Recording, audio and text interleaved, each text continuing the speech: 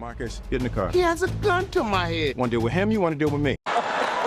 Welcome back to another Uncut Movie Review. Today we have Bad Boys Ride or Die. It's been 30 years. Do they still have it? Let's find out.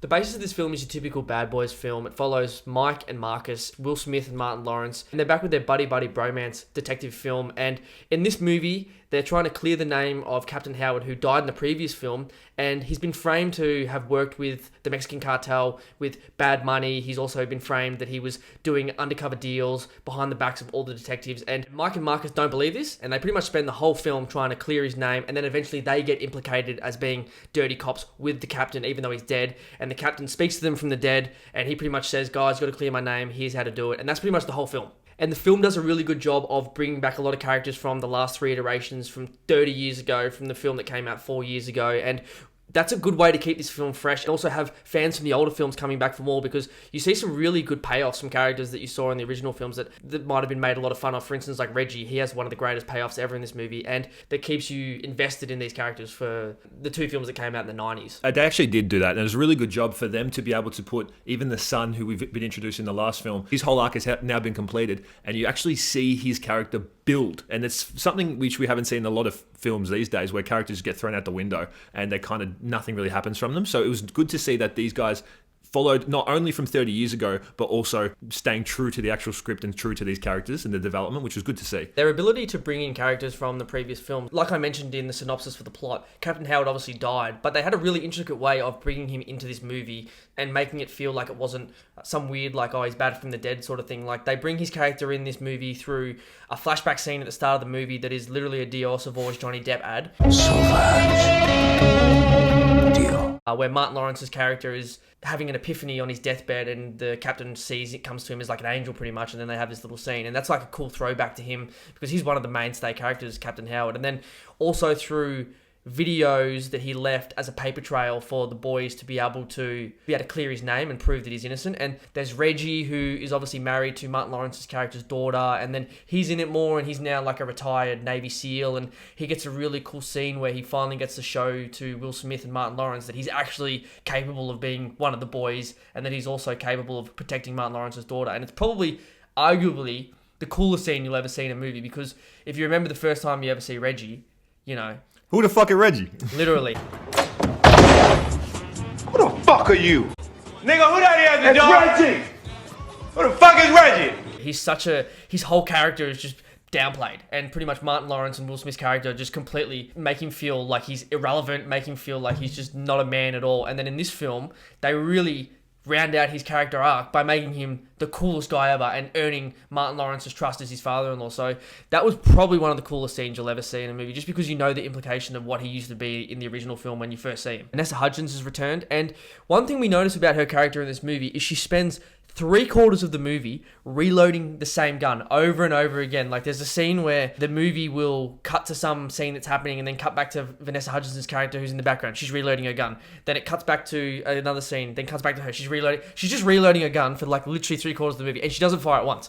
She's just in the background. She says like a one line, and then she's just reloading the gun. That was like one thing I noticed in this film. And also Alexander Ludwig as Dawn, who's the tech expert, who's on Marcus and Mike's team, and he's got a love interest with Vanessa Hudgens' character, which is just so easy to read and tell. But his sort of funny side and sort of goofiness is another way that this movie is like really funny, and the comedic timing is really good. Even though it's weird to look at him because I know him so well from Vikings, and he's just this Beyond Ironside crazy as character. Yet in this, he's just your typical Henry Cavill hunk who's like dumb. One scene I want to talk about is how amazing the choreography was for the prison scene. Let me just explain and preface all of this. So Armando, who is Will Smith's son, he's locked up in prison for being a part of the Mexican cartel and then killing Captain Howard. So he got locked up for it, right?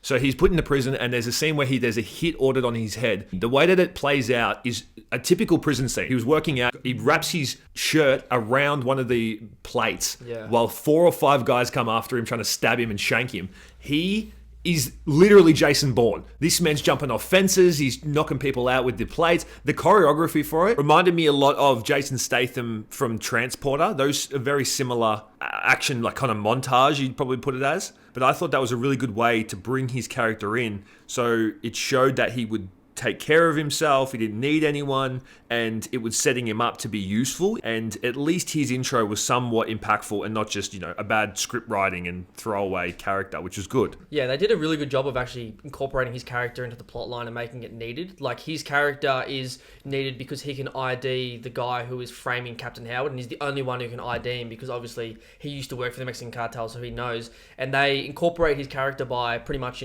breaking him out of prison, and then he's needed. Whereas they could have just had him sort of just be this nothing character, and then he never forgives Will Smith for, abandoning him and his mother and that sort of thing. Whereas in this movie, they actually made it that he was important. This movie did a lot of different angles of investment for different character developments and all of those type of things. So you have the Will Smith dynamic with his son, him trying to mend that relationship. Then you have Marcus's near-death experience. And then you also have Mike now getting married and actually having something to care about because, as we know, he's always been scared to be able to get in relationships because everyone around him dies and he thinks it's his fault. He thinks he has some type of voodoo on his head. This is such an educated take from the Bad Boys franchise. For them to be able to incorporate all of these different timelines and angles of relationships, of comparisons to the other movies, and bring all of it together to almost finish off the movie and have a very good conclusion to this long 30 years franchise. So it was awesome to see, and it was a good movie. I was very surprised it was a good movie. I thought I was going in there to see another stupid action film that was going to be like the Meg 2 basically, which was just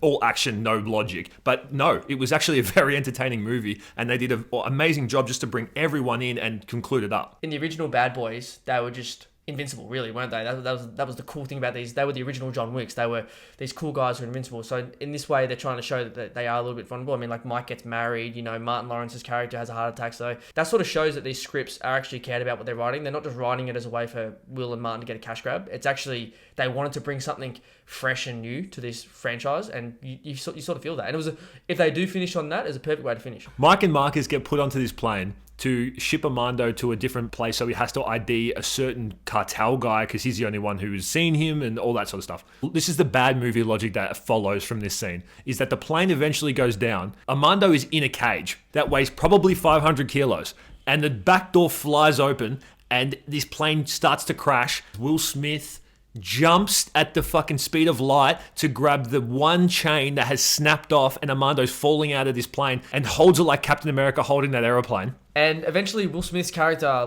loses grip on the chain, and then Martin Lawrence's character grabs the rope that is so there's a rope attached to the roof, and he grabs this rope. No rope burn, no nothing, just straight rope on his hands, and while he's holding this rope to keep Armando from flying out the fuselage and flying 1,000,000 meters to his death, he asks Will, climb through the plane, working against 30 Gs or whatever, because the plane's in a free fall, climb through the plane to shut the door. He's holding the chain, he's holding a rope. Could you imagine the pain? I mean, you can't even pull a rope slightly that much without getting yourself a rope burn, and he's holding a 500 kilogram cage with Armando who probably weighs 85 kilos in it, so nearly 600 kilos worth of weight, via a rope, and he's positioned himself in the Spider-Man position where he's holding his legs on the roof of this plane to anchor himself to hold the rope and stop it from flying out with the cage. It is the most ridiculous scene ever. I mean, all logic went out the window for that one scene. There was a few scenes that really did work well with really cool cinematography. One of those scenes was Martin and Will Smith's character going through an action scene, and the point of view is from Doom the movie, where it's looking down the barrel of the gun and you just see the gun sort of like in first person in like a video game. That looked really cool, and it was sort of switching from their point of view like in the first person. There was also an elevator scene that was sort of like a 360 view of the elevator. That was a really cool scene. I don't think I've seen many elevator shots like that, where we're actually outside of the elevator, 360 view going around the elevator. I found that to be a really cool scene as well, that sort of showed a fresh take on like action scenes, whereas rather than just basic action scenes that we see in these action movies lately. Also, some action scenes that did work very well is the typical ones, especially at the very end of the film where they have the climactic scene of the whole film. You have them jumping like usual Bad Boys, 2 guns pointed, slow-mo, jumping through, past, over all the obstacles that they possibly can. They also have top-down shots of like them from room to room, almost like John Wick, if you're familiar with the chapter 4, I think it is, where he goes all through the room, smashes through walls. That was so cool to see. Now, that is typical action stuff, but it worked very, very well throughout this. They did an amazing job for detailing. So, as always, we end these reviews with a rating. I'm probably going to rate this around about a 70 to 80%. It's just such a good film to go see. It's just, classic Bad Boys movie. What do you expect? It's done everything from the past films paid homage to most of them. But yeah, this was a little bit of a different take for most of the Bad Boys, but overall still a great movie. And cinematography, I'm big on that when we review these films, and it was very noticing of how much detail was added to it, which is good. It's good to see. My rating for this film will be around about a 70% as well. It didn't really do anything wrong. It's a typical Bad Boys film, like Josh said. It was pretty funny, which is pretty hard these days because not a lot of good comedy movies coming out, and when they do come out, they're not very funny. It's very hard when you think back in the last probably 10 years to think of a funny movie. When you think about it, like for me, the last pure comedy that probably came out, Step Brothers, Tropic Thunder. Since then, I mean, so many actors, so many companies tiptoe around what they can do for comedy now because it's so policed, so hard to put out anything that's actually really funny. So this movie had me laughing in certain scenes. So that was good, I guess. That's what you're going for.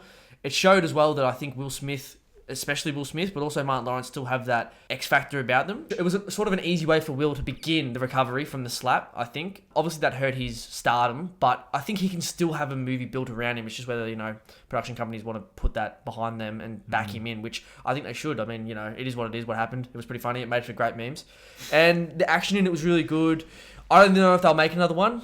Probably not worth it. This was a pretty good way to round it out, especially with the way they finished off Reggie's character. So it just showed that these guys have still got what it takes to make a funny movie. But I think next time, they'll do something different, like a completely new concept. So yeah, that's if they do it, Yeah. But yeah, you're right though. Martin Lawrence did a very good job of carrying this film because, like you were saying, Will Smith, the X factor. He is the It Man, or used to be the It Man. But Martin Lawrence basically took this film over and did it amazingly. And he was looking in great shape too. Wasn't it looks he? like he actually was really caring about what product they were putting out. Both of them did. And I mean, obviously Will's on his redemption tour, but saying good to see Martin Lawrence, who's sometimes I guess could be a forgotten actor more recently because he was huge in the 80s and 90s. But it still shows that they've still got stardom behind them. And look at the box office. All they've been talking about recently in the last few weeks and months is that cinema's dead, and the box office has been showing that, like movies like Mad Max, movies like Fall Guy, and then you see this movie which made $100 million in the first 3 days. So cinema's not dead, and maybe it is. We need big stars like Martin Lawrence, like Will Smith, to come out and start making